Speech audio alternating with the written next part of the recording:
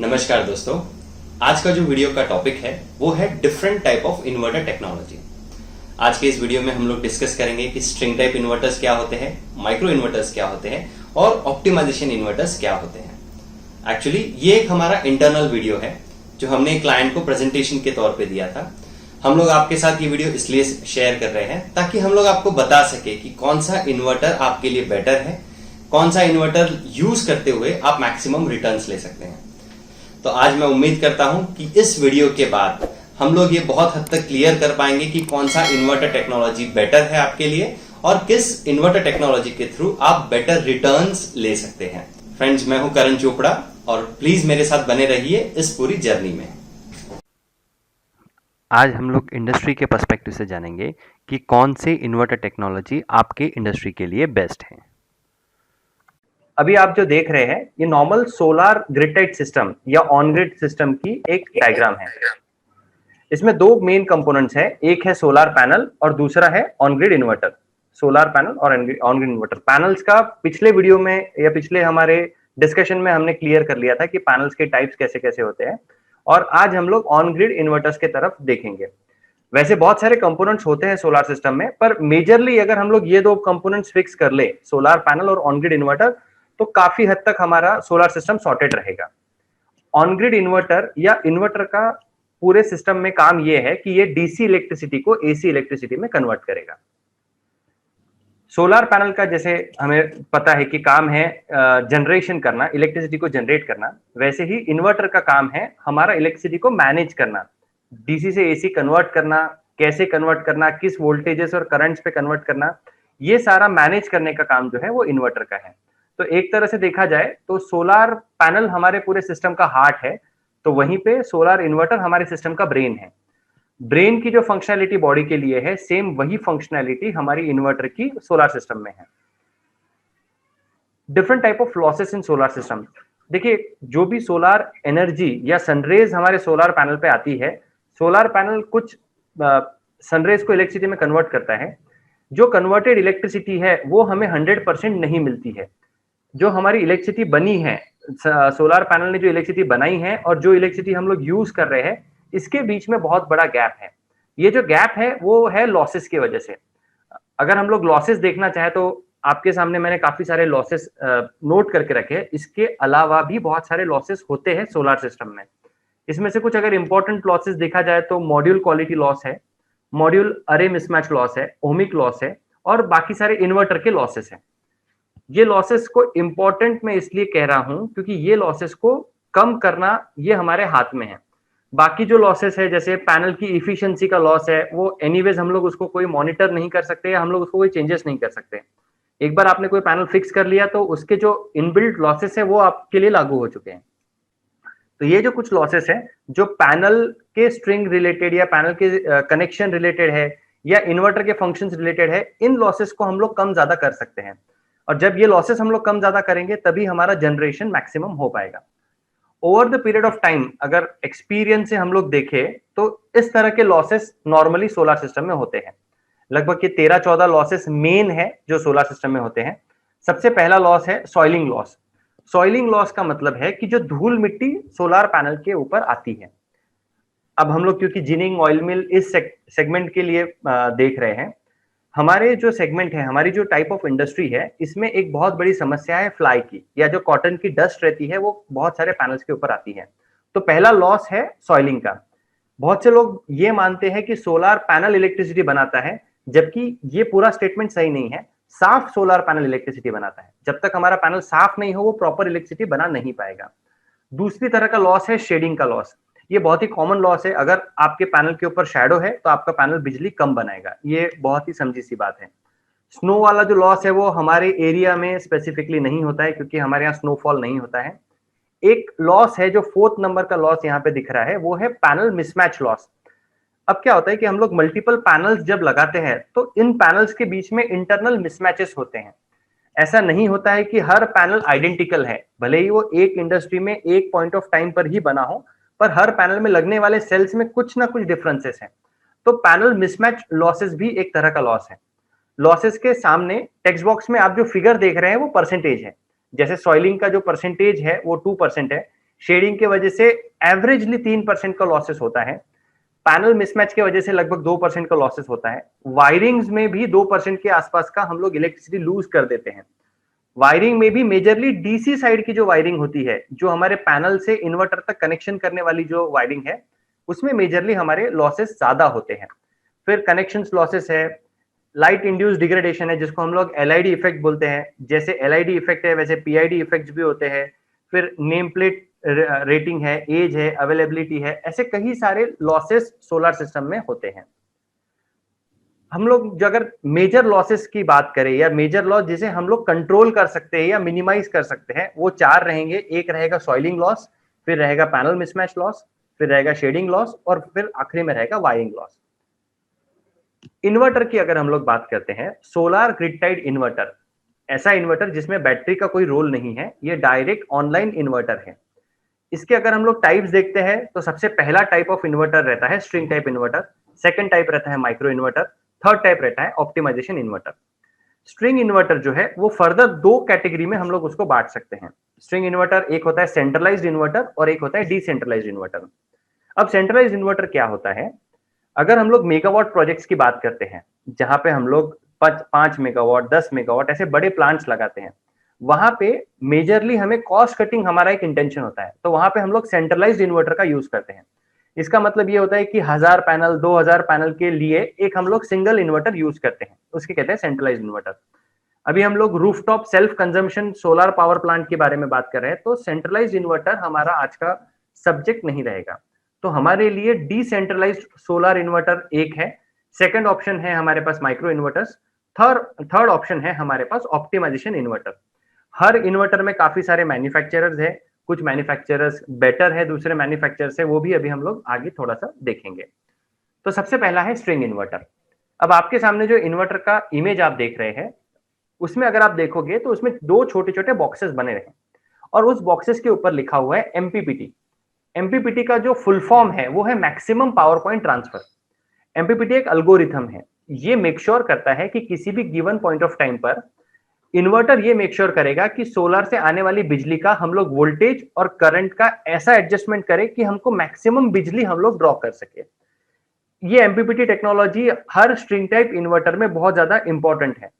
कितने एमपीपीटी का इन्वर्टर है या कितने इसके अंदर मोटर्स लगी हुई है, ये डिपेंड करता है कि इन्वर्टर की इफिशियंसी हम लोग या इन्वर्टर कितना बेटर परफॉर्म करने वाला है। एमपीपीटी को हम लोग इंडिपेंडेंट मोटर की तरह भी समझ सकते हैं। मान लीजिए हमारे पास 2 सेपरेट मोटर्स हैं, एक मोटर का कोई भी डिपेंडेंसी दूसरे मोटर के ऊपर नहीं है। इन केस एक मोटर मेरी खराब भी हो जाती है तो दूसरी मोटर मेरी चलती रहेगी। तो इसी तरह से एमपीपीटी काम करता है। एमपीपीटी पे अगर हम लोग पैनल्स का कनेक्शन देखें तो इस तरह से होता है। आप देखोगे तो कुछ ग्रुप ऑफ पैनल्स है, ऐसे मल्टीपल ग्रुप ऑफ पैनल, जैसे 4 ग्रुप के हमने पैनल्स एक एमपीपीटी में ज्वाइन किए हैं और अगले 4 ग्रुप के पैनल्स हमने दूसरे एमपीपीटी पे ज्वाइन किए हैं। टोटल यहाँ पे 8 ग्रुप हमने बनाए हैं पैनल्स के। अब इन ग्रुप में मल्टीपल पैनल्स हो सकते हैं जो सीरीज में कनेक्शन करते हैं। मतलब अगर हम लोग ग्रुप नंबर 1 की बात करें तो ग्रुप नंबर 1 में लेट अस अज्यूम 15 पैनल है। ये 15 पैनल आपस में सीरीज में कनेक्टेड रहेंगे और वहां से कनेक्शन एक आएगा सीधा इन्वर्टर के एमपीपीटी में। अब सीरीज ये जब हम लोग कनेक्शन करते हैं उसके बाद इन्वर्टर जो आउटपुट देता है वो एसी इलेक्ट्रिसिटी का आउटपुट होता है। सीरीज में कनेक्शन कैसे होता है? सीरीज में कनेक्शन का मतलब ये है कि हम लोग एक पैनल का पॉजिटिव दूसरे पैनल के नेगेटिव से ज्वाइन करते चले जाएं। जैसे पुराने जमाने में दिवाली की लाइटिंग होती थी, एक लाइटिंग दूसरे लाइटिंग के साथ जुड़ी होती थी, वो कनेक्शन को बोलते हैं सीरीज कनेक्शन। सीरीज का ही मतलब होता है स्ट्रिंग कनेक्शन और सीरीज कनेक्शन एक ही बात है। अब क्योंकि इन कनेक्शंस में या इस तरह के इन्वर्टर्स में पैनल्स को हम लोग सीरीज में या स्ट्रिंग में कनेक्ट करते हैं, इसीलिए इन इन्वर्टर्स का नाम हो चुका है स्ट्रिंग टाइप इन्वर्टर्स। अब जैसे आपके सामने कुछ n नंबर ऑफ पैनल्स हैं, इन पैनल्स को हमने सीरीज में कनेक्ट किया है, पॉजिटिव नेगेटिव आपस में एक साथ कनेक्ट कर दिए हैं और एक लास्ट पैनल का पॉजिटिव दूसरे लास्ट कॉर्नर का नेगेटिव, ये दोनों जब निकलेंगे और ये दोनों जाएंगे हमारे इन्वर्टर के एमपीपीटी में। ये जब हम लोग सीरीज कनेक्शन की बात करते हैं तो सीरीज कनेक्शन में या स्ट्रिंग टाइप इन्वर्टर में काफी सारे लॉसेस जो होते हैं वो अफेक्ट करते हैं हमारे फाइनल आउटपुट को या हमारे फाइनल जनरेशन को। पहला लॉस होता है सॉइलिंग इफेक्ट। सॉइलिंग इफेक्ट जैसे मैंने कहा कि कोई भी फॉरेन पार्टिकल्स या फॉरेन मटेरियल अगर हमारे पैनल्स के ऊपर है, उस वजह से होने वाले लॉसेस को हम लोग सॉइलिंग लॉसेस या सॉइलिंग इफेक्ट कहेंगे। सामने वाली इमेज में जो लेफ्ट साइड के दो पैनल्स है, वो लेफ्ट साइड के दो पैनल्स के ऊपर कुछ धूल मिट्टी है। धूल मिट्टी की वजह से वो दो पैनल हमारी जनरेशन ऑब्वियसली कम करने वाले हैं। जैसे डस्ट का अगर हम लोग एक एग्जांपल ले, तो डस्ट के वजह से पहला पैनल हमारा मान लीजिए कि 20% इलेक्ट्रिसिटी जनरेट कम कर रहा है। अब होना ये चाहिए प्रैक्टिकली कि सिर्फ एक पैनल के ऊपर क्योंकि धूल है या दो पैनल के ऊपर धूल है, तो दो पैनल का जनरेशन कम होना चाहिए और बाकी सारे जो पैनल्स हमने कनेक्ट किए हुए हैं उन सबका जनरेशन हमें मैक्सिमम मिलना चाहिए। पर ऐसा नहीं होता है क्योंकि ये कनेक्शन सीरीज है, तो जो एक पैनल का जनरेशन है वही सब पैनल का जनरेशन है। इसको अगर हम लोग और तरीके से समझना चाहे कि जो लोअर जनरेटिंग पैनल रहेगा, ऐसा पैनल जो सबसे कम बिजली बना रहा है पूरे सीरीज में, वो डोमिनेट करेगा पूरे के पूरे सीरीज को या पूरे के पूरे स्ट्रिंग को। ये सबसे बड़ा डिसएडवांटेज है कोई भी स्ट्रिंग टाइप इन्वर्टर का, कि इसमें अगर एक पैनल में भी कोई प्रॉब्लम है तो जितने पैनल्स हमने एक साथ कनेक्ट किए हुए हैं वो सब पैनल्स उसी तरह से रिएक्ट करेंगे, उसी तरह से एक्ट करेंगे जैसे वो लोअर जनरेशन पैनल रहेगा। उसी तरह अगर आप इमेजेस देखेंगे तो ये सॉइलिंग इफेक्ट के इमेजेस हैं, ये प्रैक्टिकल साइट से लिए हुए इमेजेस हैं। फर्स्ट इमेज जो लेफ्ट मोस्ट अगर आप इमेज देखोगे तो ये तो जिनिंग इंडस्ट्री का ही इमेज है। अगर थोड़ा सा गौर से देखा जाए तो कॉटन की जो डस्ट है या कॉटन की फ्लाई है वो हमारे पैनल्स पे लगी है। वैसे धूल है, मिट्टी है, कोई अगर हमारी रोड के ऊपर से धूल आती है तो वो भी सारी पैनल्स के ऊपर जमा हो जाती है और इन धूल के वजह से हमारा पैनल डिग्रेड होता है या हमारा पैनल कम जनरेट करता है। ये भी बहुत ज्यादा ऑब्वियस है कि हमारे हर पैनल के ऊपर अलग अलग से धूल रहेगी। ये ऐसा नहीं होगा कि हमारे सब पैनल्स के ऊपर एक तरह से धूल रहेगी।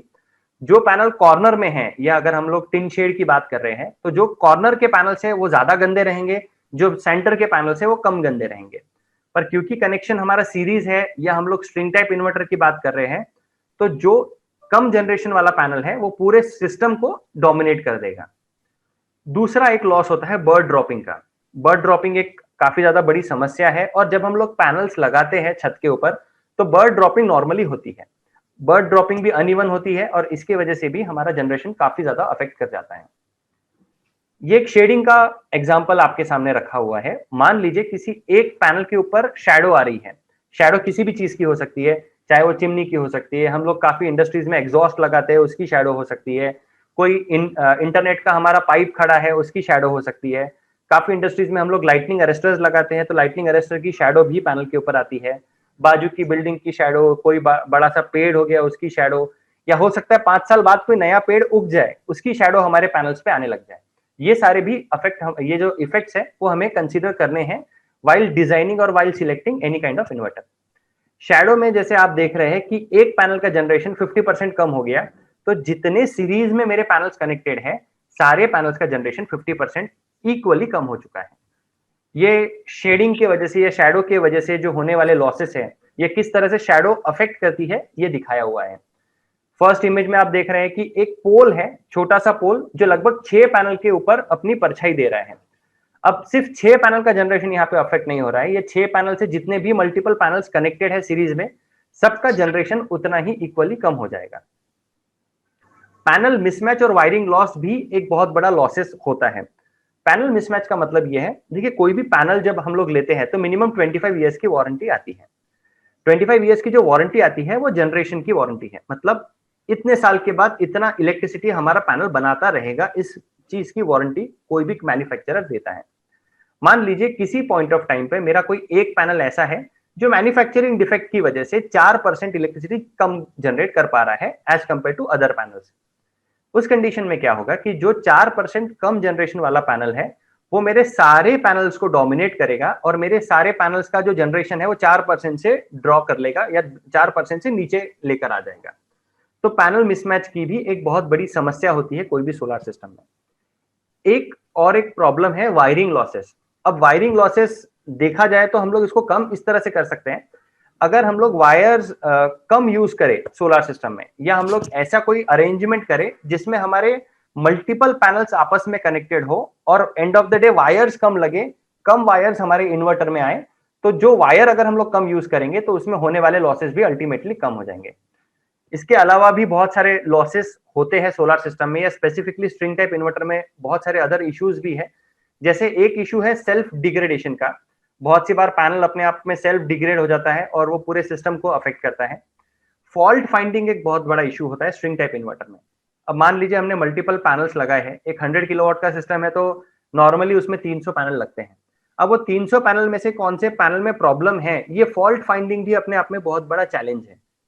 मॉनिटरिंग स्ट्रिंग टाइप इन्वर्टर्स की बहुत ज्यादा मुश्किल होती है। मॉनिटरिंग का अगर हम लोग एक एग्जांपल देखना चाहे तो कोई भी स्ट्रिंग टाइप इन्वर्टर की इस तरह से मॉनिटरिंग दिखती है।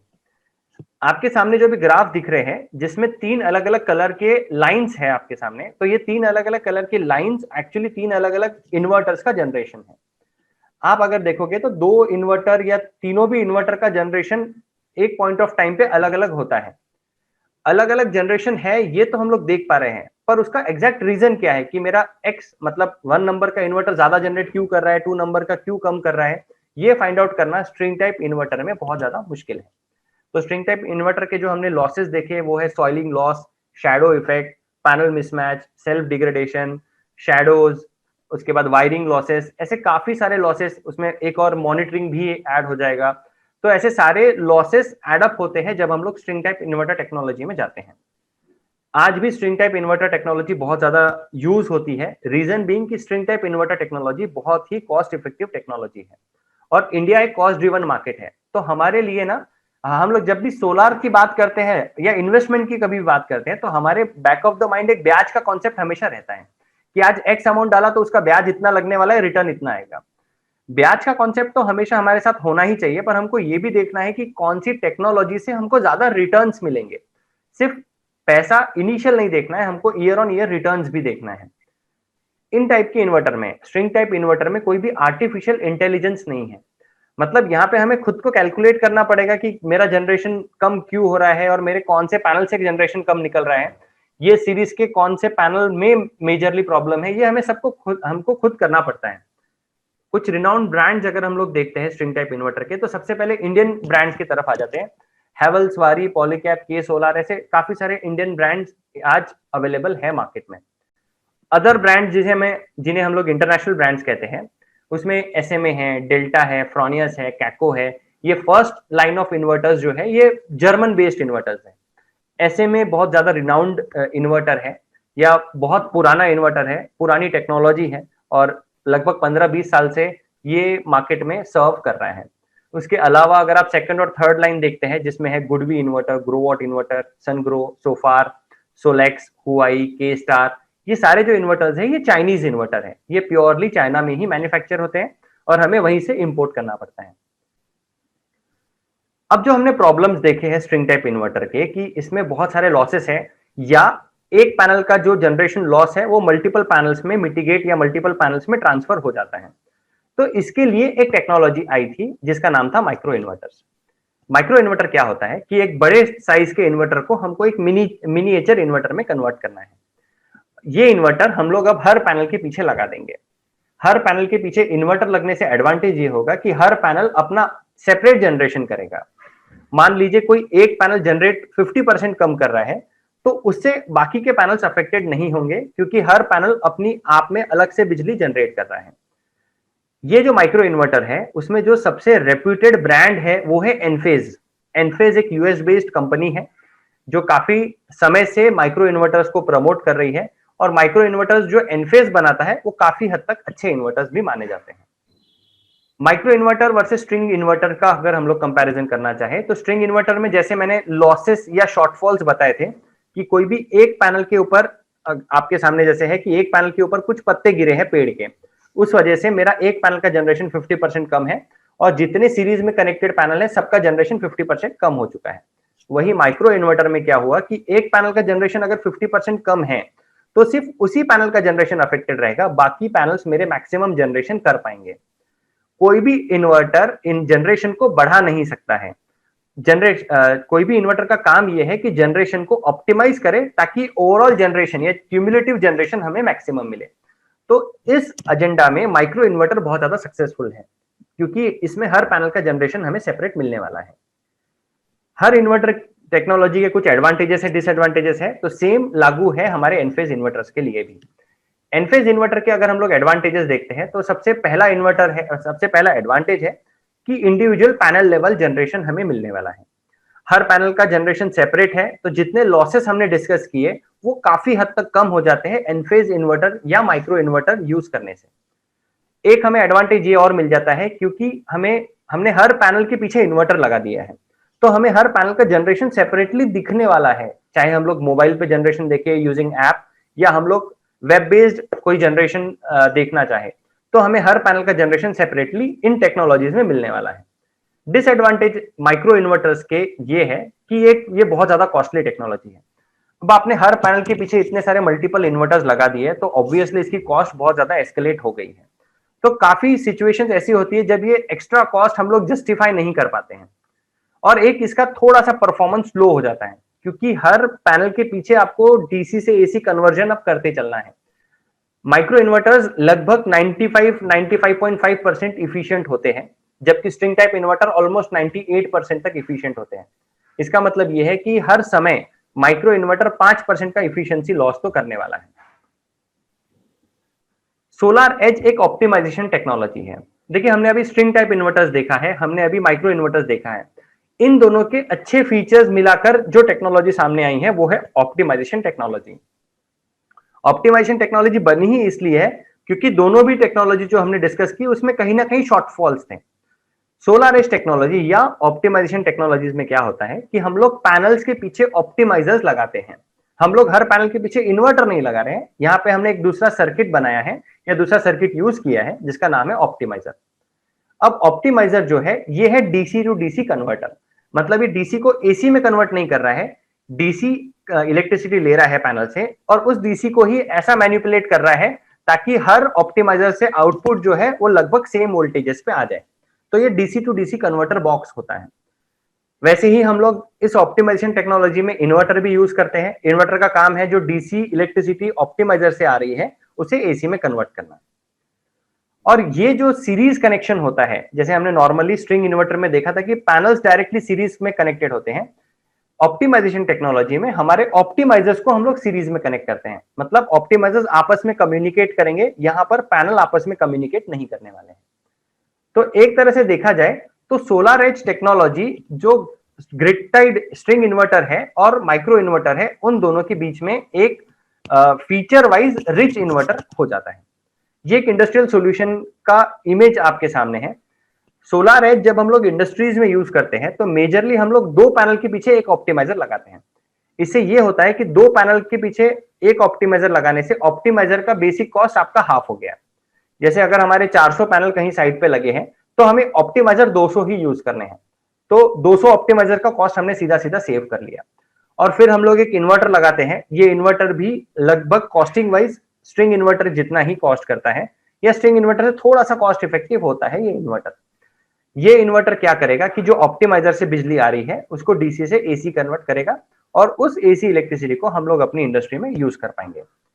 एक आर्किटेक्चर में अगर आप देखोगे तो एक इमेज है जिसमें टैबलेट में आपको छोटे छोटे ब्लू पिक्सेल्स या ब्लू स्क्वायर्स दिख रहे हैं। ये एक्चुअली मॉड्यूल लेवल मॉनिटरिंग है। जब हम लोग ऑप्टिमाइजर यूज कर रहे हैं, क्योंकि हमने हर पैनल के पीछे या दो पैनल के पीछे एक सर्किट लगा दिया है जो लाइव पैनल्स को मॉनिटर कर रहा है, तो इससे हम लोगों को हर समय पैनल्स क्या जनरेट कर रहा है और कौन से पैनल में क्या प्रॉब्लम है हम लोग रिमोटली मॉनिटर कर पाएंगे। सोलार एज टेक्नोलॉजी में सबसे पहले होता है ऑप्टिमाइजर। इंडस्ट्रियल क्योंकि सॉल्यूशन है तो हमने 2:1 ऑप्टिमाइजर जैसे हमने डिस्कस कर लिया है। एक इन्वर्टर होता है और एक इसमें होता है मॉनिटरिंग, क्योंकि हम लोग इसमें मॉड्यूल लेवल मॉनिटरिंग यूज कर सकते हैं। ऑप्टिमाइजर जो हम लोग प्रोक्योर करते हैं, ऑप्टिमाइजर 25 साल की वारंटी के साथ आता है, वही इन्वर्टर हमारा 12 साल की वारंटी के साथ आता है। स्ट्रिंग टाइप इन्वर्टर का एक शॉर्टफॉल ये भी था कि उनकी वारंटीज बहुत कम होती है। स्ट्रिंग टाइप इन्वर्टर्स की वारंटी 5 ईयर्स से 10 ईयर्स के बीच में रेंज करती है। जैसे मैक्सिमम इन्वर्टर्स की वारंटी 5 ईयर्स होती है, और कुछ इन्वर्टर्स है जैसे हेवल्स एक इन्वर्टर है जो 10 ईयर्स की वारंटी देता है, सोफार के इन्वर्टर्स जो 8 ईयर्स वारंटी देते हैं, सोलेक्स के इन्वर्टर, के सोलर इन्वर्टर ये 7 ईयर्स वारंटी देते हैं। पर एनीवेज सोलार एज जो ऑप्टिमाइजेशन के जो इन्वर्टर्स हैं वो 12 ईयर्स की वारंटी के साथ आते हैं, तो यहाँ पे आपको वारंटी का भी एक एडवांटेज मिल जाता है।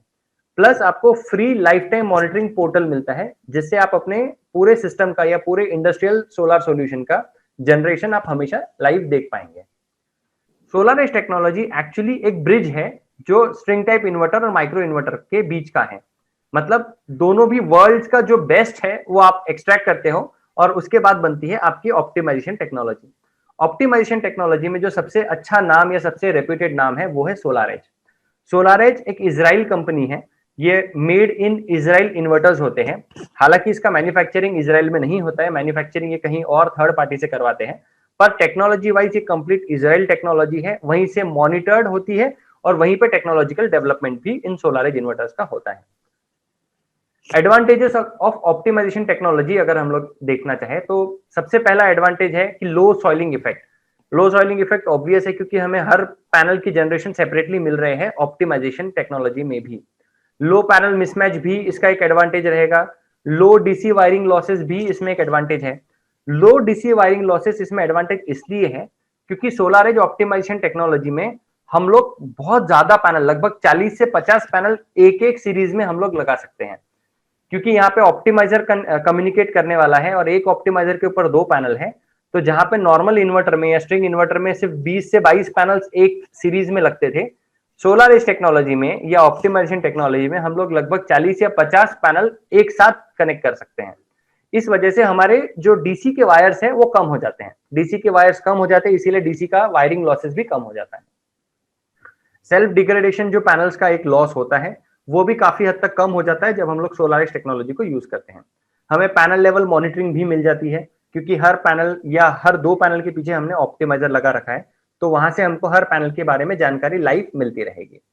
हायर वारंटीज का भी एक एडवांटेज हमने डिस्कस कर लिया कि सोलार एज मार्केट में सबसे ज्यादा वारंटी प्रोवाइड करने वाला अभी एक इन्वर्टर है। सेफ्टी भी एक बहुत बड़ा फीचर है जो सोलार एज इन्वर्टर और माइक्रो इन्वर्टर दोनों के साथ आता है। अगर हम लोग सोलार इन्वर्टर के पॉइंट से सेफ्टी फीचर कंसीडर करते हैं तो आपके सामने एक नॉर्मल स्ट्रिंग इन्वर्टर का फोटो है। मान लीजिए कि किसी पॉइंट ऑफ टाइम पर हमारा लोड शेडिंग हो जाता है या हमारा एमएससीडीसीएल, क्योंकि महाराष्ट्र में एमएससीडीसीएल काम करता है, एमएससीडीसीएल की तरफ से कहीं पे 2 घंटा या 4 घंटे के लिए लोड शेडिंग हो चुकी है। जैसे ही एमएससीडीसीएल की तरफ से लोड शेडिंग हो जाएगी, हमारा सोलार का जो स्ट्रिंग इन्वर्टर है वो जनरेट करना बंद कर देगा। फॉर दैट मैटर कोई भी इन्वर्टर हो, चाहे वो स्ट्रिंग इन्वर्टर हो, माइक्रो इन्वर्टर हो या सोलार एज का इन्वर्टर हो, लोड शेडिंग के समय कोई भी इन्वर्टर वर्क नहीं करता है और ये बाय लॉ करेक्ट है कि ऐसा होना ही चाहिए। स्ट्रिंग इन्वर्टर में क्या हुआ कि हमने एसी इलेक्ट्रिसिटी तो बंद कर दी क्योंकि इन्वर्टर शटडाउन मोड पे चला गया, पर अभी भी हमारा जो डीसी इलेक्ट्रिसिटी है या हमारे डीसी के वायर्स है वहां पर 500 से 900 वोल्ट की इलेक्ट्रिसिटी अभी भी फ्लो कर रही है। मतलब वायर्स के अंदर भले ही हमारा इन्वर्टर वर्क नहीं कर रहा है, पर वायर्स के अंदर, डीसी वायर्स के अंदर अभी भी बहुत ज्यादा high voltage DC electricity flow हो रही है। कोई भी बंदा या कोई भी मेंटेनेंस पर्सन जब इस हाई वोल्टेज इलेक्ट्रिसिटी के कांटेक्ट में आएगा तो यहाँ पे बहुत ज्यादा रिस्क हो सकता है, या हमारी टाइप ऑफ इंडस्ट्रीज में फायर के भी बहुत बड़े चांसेस हो सकते हैं स्ट्रिंग टाइप इन्वर्टर टेक्नोलॉजी में। वही एक कोड आता है जिसका नाम है NEC 2017। NEC का मतलब होता है national electricity code. National electricity code ये यूएस का बनाया हुआ कोड है। ये लोग बताते हैं कि इलेक्ट्रिसिटी जब हम लोग यूज कर रहे हैं या हम लोग कोई इलेक्ट्रिकल कंपोनेंट यूज कर रहे हैं तो क्या चीजें हमें यूज करनी चाहिए और क्या चीज हमें अवॉइड करनी चाहिए। NEC ये कहता है कि जिस समय भी आपका ग्रिड शटडाउन हो या आपका इलेक्ट्रिसिटी ग्रिड या डिस्कॉम की तरफ से बंद हो जाए, तब आपका जो डीसी इलेक्ट्रिसिटी है जो कि स्ट्रिंग टाइप इन्वर्टर में 500 से 900 वोल्ट के आसपास होता है, वो ड्रॉप डाउन हो जाना चाहिए इमीडिएटली सेफ वोल्टेज में। सेफ वोल्टेज का मतलब होता है 12 वोल्ट से लेकर लगभग 40 वोल्ट के बीच में ये हो जाना चाहिए, ऐसा NEC बोलता है। पर कोई भी स्ट्रिंग इन्वर्टर इस NEC 2017 को एडर नहीं करता है।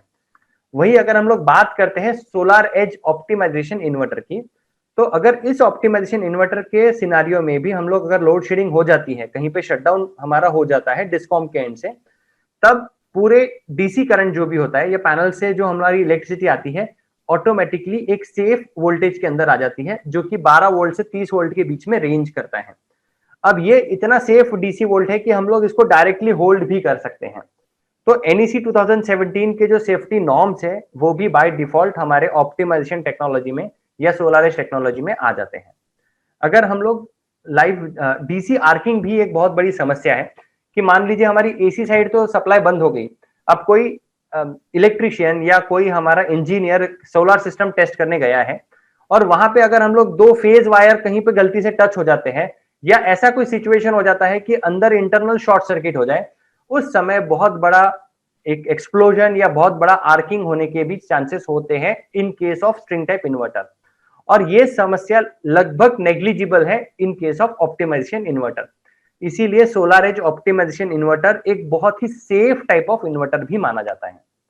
ये जो मैं आपको जनरेशन दिखा रहा हूं, ये 200 किलोवाट का सिस्टम है जिसका जनरेशन आप देख रहे हैं। जनरेशन अगर आप देखोगे तो आपको एक कर्व सा दिखाई दे रहा है। इस कर्व के अंदर बहुत सी बार ऐसा हो रहा है कि जनरेशन कम हो रहा है, ज्यादा हो रहा है, कम हो रहा है, ज्यादा हो रहा है। हम लोग ये अज्यूम कर लेते हैं कि शायद सीजन अच्छा नहीं था या धूप कम ज्यादा थी, इस वजह से जनरेशन जो है फ्लिकर हो रहा है। जब भी हम लोग स्ट्रिंग टाइप इन्वर्टर यूज करते हैं, ये बाय द वे हैवेल्स के इन्वर्टर का साइट है, हैवेल्स के इन्वर्टर का पोर्टल है। यहां पर हम लोगों को सिर्फ अजम्पशन ही करना पड़ेगा कि मेरी जनरेशन कम इसलिए है क्योंकि बाहर वेदर खराब होगा। हम लोग ये पिन पॉइंट नहीं कर सकते कि मेरा जनरेशन किस वजह से कम है। अगर हम लोग थोड़ा सा इसमें डिटेलिंग में जाते हैं, जैसे हम लोग अगर एक एक इन्वर्टर का जनरेशन चेक करते हैं, मैं एक काम करता हूं, कुछ पैरामीटर सिलेक्ट कर लेता हूं डीसी के। ये अभी आपके सामने जो ग्राफ बना हुआ है, इसमें मल्टीपल कलर्स की जो लाइन दिख रही है, ये डीसी का इलेक्ट्रिसिटी जो हमारे इन्वर्टर्स में आ रहा है, जो पैनल से डीसी की बिजली बन रही है, वो दिखाता है।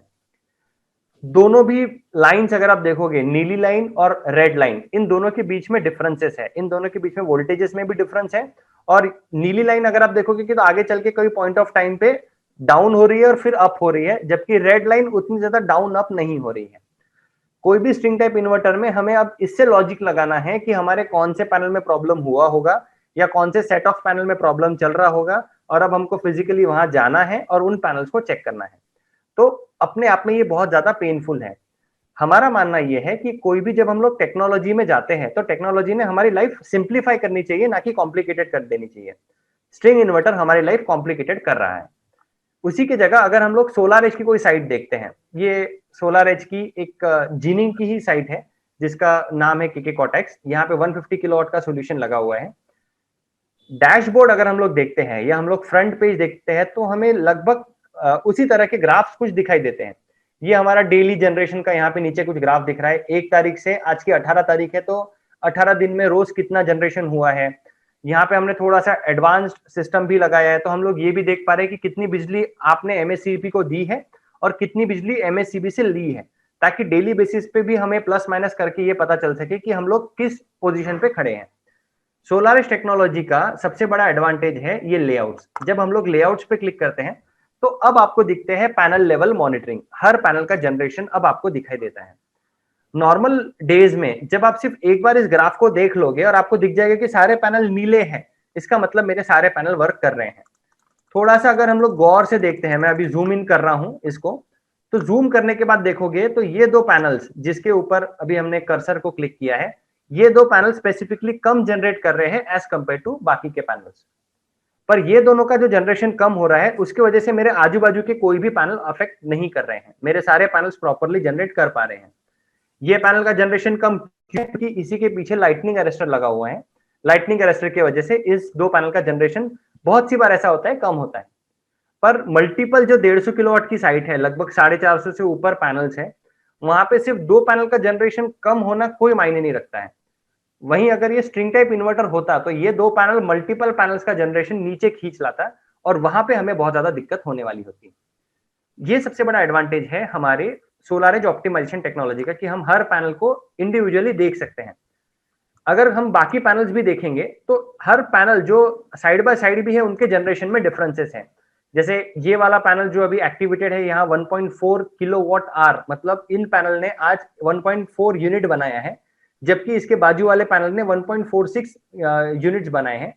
एक पैनल ने 1.43 यूनिट्स बनाए हैं, ऊपर के पैनल ने 1.44 यूनिट्स बनाए हैं। इसका मतलब यह है कि हर पैनल अपनी अलग बिजली बना रहा है।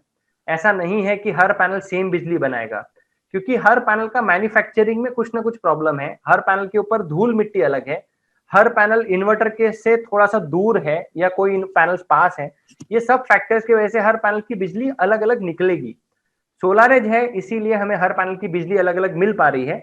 स्ट्रिंग टाइप इन्वर्टर में हमें हर पैनल की बिजली एक ही मिलती। जो सबसे लोअर जनरेटिंग पैनल है, जैसे ये केस में अगर मेरा स्ट्रिंग टाइप इन्वर्टर होता तो 1.21 kilowatt into number of panels जो भी कैलकुलेशन होता वही हमारा बिजली का फाइनल आउटपुट मिल जाता है हमें। तो थैंक्स टू सोलार हमें हर पैनल का जनरेशन सेपरेटली मिलता है। हम लोग बहुत आसानी से हर पैनल का जनरेशन चेक कर पा रहे हैं। विद इन 2 मिनट्स हम लोग ये पता कर सकते हैं कि मेरा पूरा सोलर सिस्टम प्रॉपरली चल रहा है या नहीं चल रहा है, और हम लोग अपना वापस जो मेन वर्क है उस पर हम लोग फोकस कर सकते हैं। तो ये कुछ मेजर एडवांटेजेस है सोलर एज इन्वर्टर टेक्नोलॉजी या solar edge optimisation technology over string type inverter और ओवर माइक्रो इन्वर्टर। फ्रेंड्स, हम लोग उम्मीद करते हैं कि हम आप तक इन्वर्टर टेक्नोलॉजीज प्रॉपरली पहुंचा पाए हैं।